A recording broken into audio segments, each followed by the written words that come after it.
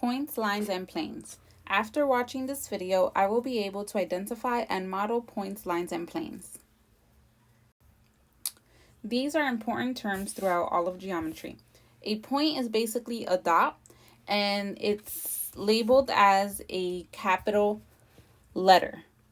So for example, in this picture, we have point A.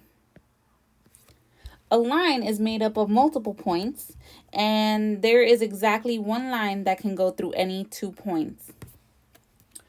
There are various ways to label a line. We could say line and call it a lowercase letter, or we can call it line with 2 capital letters. So for example, in this picture, we have point P and point Q, which are on the line, which is on the line. So I can call this line PQ. I can also use the symbol of a line on top of PQ, and I can also change the order because order doesn't matter for the lines. So I can also say this is line QP. A plane is basically a flat surface. So think of your sheet of paper or a coordinate grid. That is called a plane, and it's made up of infinite points that extends in all the directions, not just up or down, left or right, diagonally, etc. The way we label a plane is usually as plane and then a capital letter, or we could say plane and include 3 letters on that plane or coordinate grid. So for example, I could say plane B, C, D. The only thing I have to be careful with labeling a plane is a plane, the first 2 letters could end up be creating a straight line. However, that third point used to label the plane cannot be on that line. It would have to be out. So it cannot be a linear 3 points that are linear. They have to be non-linear.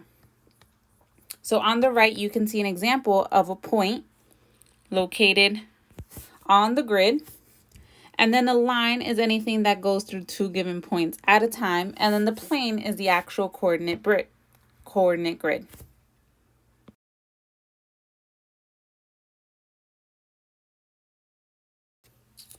Another important term to realize is when lines intersect each other, what is created. So when these 2 lines, line L and line M, intersect, that intersection where they both overlap, that's called the point of intersection, and here it would be a P. Point P represents the intersection of lines L and M. However, when you have 2 planes intersecting, you're not going to have a point of intersection, but you're going to have a line of intersection. And that line in this image would be line R, which represents the intersection of planes A and B. So what makes geometry a little confusing is that there's so many different ways of writing stuff. So for example, in this a line containing point W, there are many different points or answers you can have. If I'm talking about point W, the red dot on this image, then any line that contains that point is valid. And then any order that you use is valid. So I could use anything with points V, X, Y, and W. So I can say all of these possibilities for labeling that line where point W is located. A plane containing point X. So point X is now my blue dot. And the plane is basically wherever it's located, the flat surface. And you need 3 letters to denote the plane. So the points have to be non-collinear, which means non-linear. So I could say X, W, Z, because Z is not on that line with X and W.